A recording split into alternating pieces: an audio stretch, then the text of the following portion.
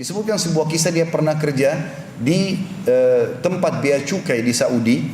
Kemudian dia termasuk orang yang selalu menolak sogok menyogok. Dia tidak mau sama sekali dibayar. Apa yang merupakan peraturan diikuti sama dia. Kalau enggak dibiarkan. Dia tidak berani untuk melanggar hukum Allah Subhanahu Wa Taala.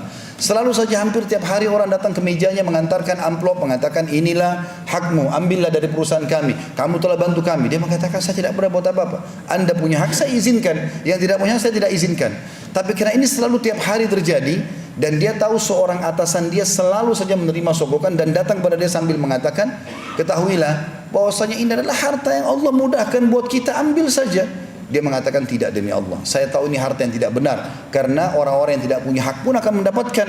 Maka dia pun meninggalkan pekerjaan tersebut. Dia mengatakan dalam kondisi saya punya jabatan yang tinggi, gaji yang besar, peluang-peluang yang besar, saya tinggalkan. Maka saya mulai dari nol lagi.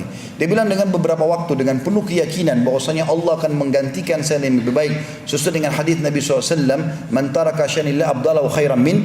Siapa yang meninggalkan sesuatu karena Allah, siapa yang meninggalkan sesuatu karena Allah, Allah akan gantikan yang lebih baik. Maka saya pun yakin. Beberapa waktu kemudian ada seseorang memberikan kepada saya tiba-tiba hadiah, seorang yang kaya, yang kenal saya dan saya berhenti kerja, dia tahu saya sekarang menganggur, memberikan saya sebuah kapal kecil yang saya gunakan untuk mengangkut barang-barang orang. Karena orang mengetahui dan mendengar kisah saya meninggalkan kantor karena tidak mau suap menyuap, maka akhirnya orang pada titipin barang karena tahu saya amanah. Sampai akhirnya beberapa waktu saya punya 2 kapal, 3 kapal, 4 kapal, sampai saya punya sekian banyak kapal dan orang makin mempercayakan barang-barangnya kepada saya.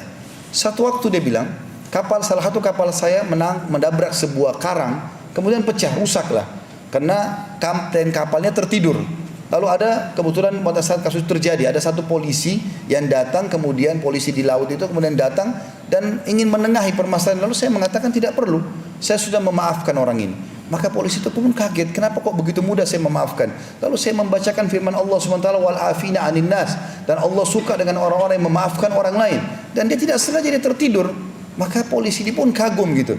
Maka berjalan waktu dia bilang, saya tinggalkan, usaha saya makin jalan. Maka kepala polisi tersebut tiba-tiba punya jabatan yang tinggi di kerajaan Saudi, dan akhirnya dia punya banyak sekali kapal-kapal yang akan masuk melalui pelabuhan Saudi. Dia bilang, maka dia mengingat saya pada saat itu, lalu dia tidak memberikan izin untuk masuk kecuali melalui saya saja. Dan akhirnya Allah bukakan rezeki yang luar biasa hanya karena meninggalkan sesuatu yang haram. Oleh karena itu teman-teman sekalian, dari apa yang semua kita sampaikan ini, bangunlah ya kehidupan kita sebagai seorang muslim di atas keyakinan bahwasanya Allah Maha melihat, Allah Maha mengetahui, janji Allah pasti benar, ancaman Allah pasti benar. Setiap kita beriman dan bertakwa kepada Allah, Allah sudah mengatakan, "Wa may yattaqillaha yaj'al lahu makhraja wa yarzuqhu min haitsu la yahtasib." Siapa yang bertakwa kepada Allah, Allah akan berikan jalan keluar dari setiap masalahnya, dan Allah akan berikan rezeki dari tempat tidak disangka-sangka. Sebagaimana kita yakin orang yang berbuat kedoliman pasti akan dihukum oleh Allah, tidak ada keraguan dalam masalah tersebut.